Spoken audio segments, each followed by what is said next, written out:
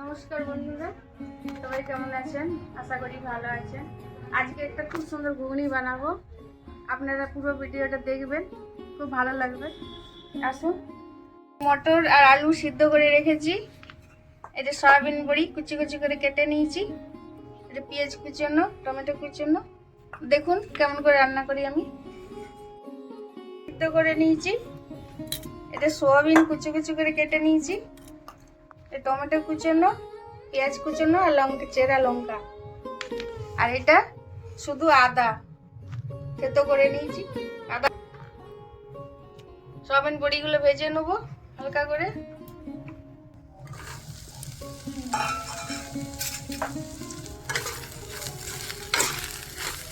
হলুদ গুঁড়ো,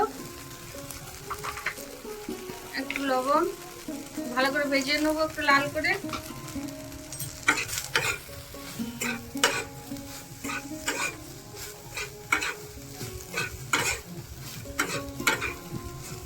ভাজা হয়ে গেছে, তুলে নেবো। তেল দিলাম,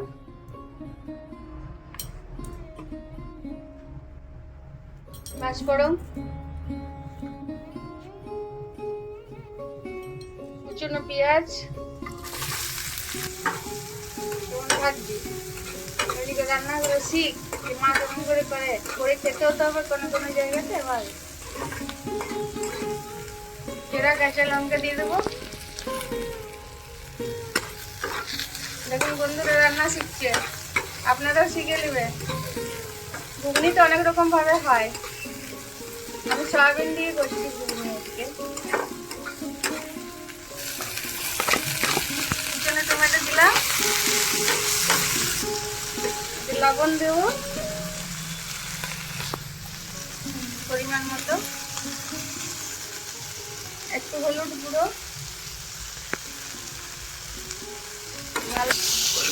ভালো করে ভেজে নেবো। একটু থেতো করে আদা রেখেছিলাম ওটা দিলাম,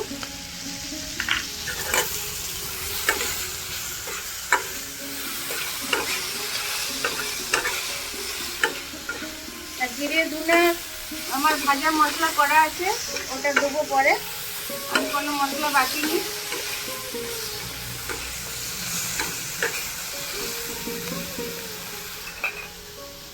আলুগুলো একটু ভেঙে ভেঙে দেবো, ভেঙে দিলে ভালো হয়।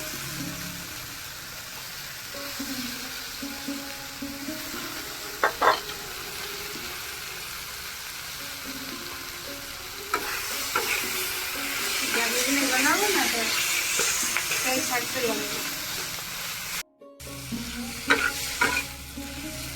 বসানো হয়ে গেছে, এবার সিদ্ধ মটরগুলো দিয়ে দেবো।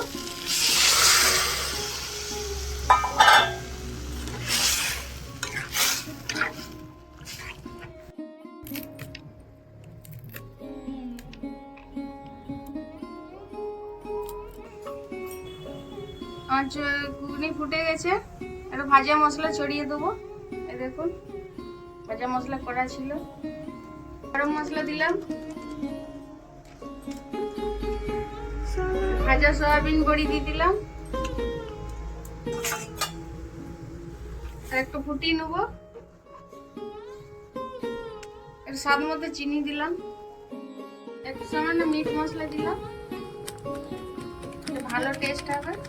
টেস্ট করে দেখি ফুটতে ফুটতে।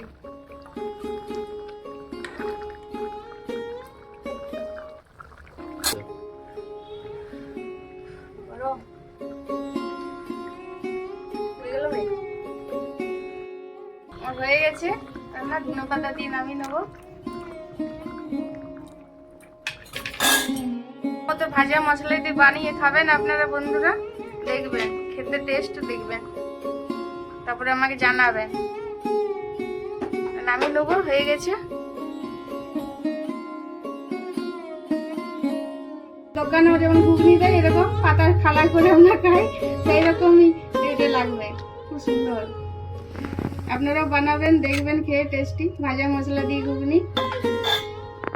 এটা যদি ভালো লেগে থাকে আপনাদের লাইক সাবস্ক্রাইব করবেন, পাশে থাকবেন। ধন্যবাদ। করবেন, কমেন্ট করছেন না আপনারা, বড় দুঃখ পাচ্ছি আমি। আপনারা করবেন, আশা করি। সবাই ভালো থাকবেন, সুস্থ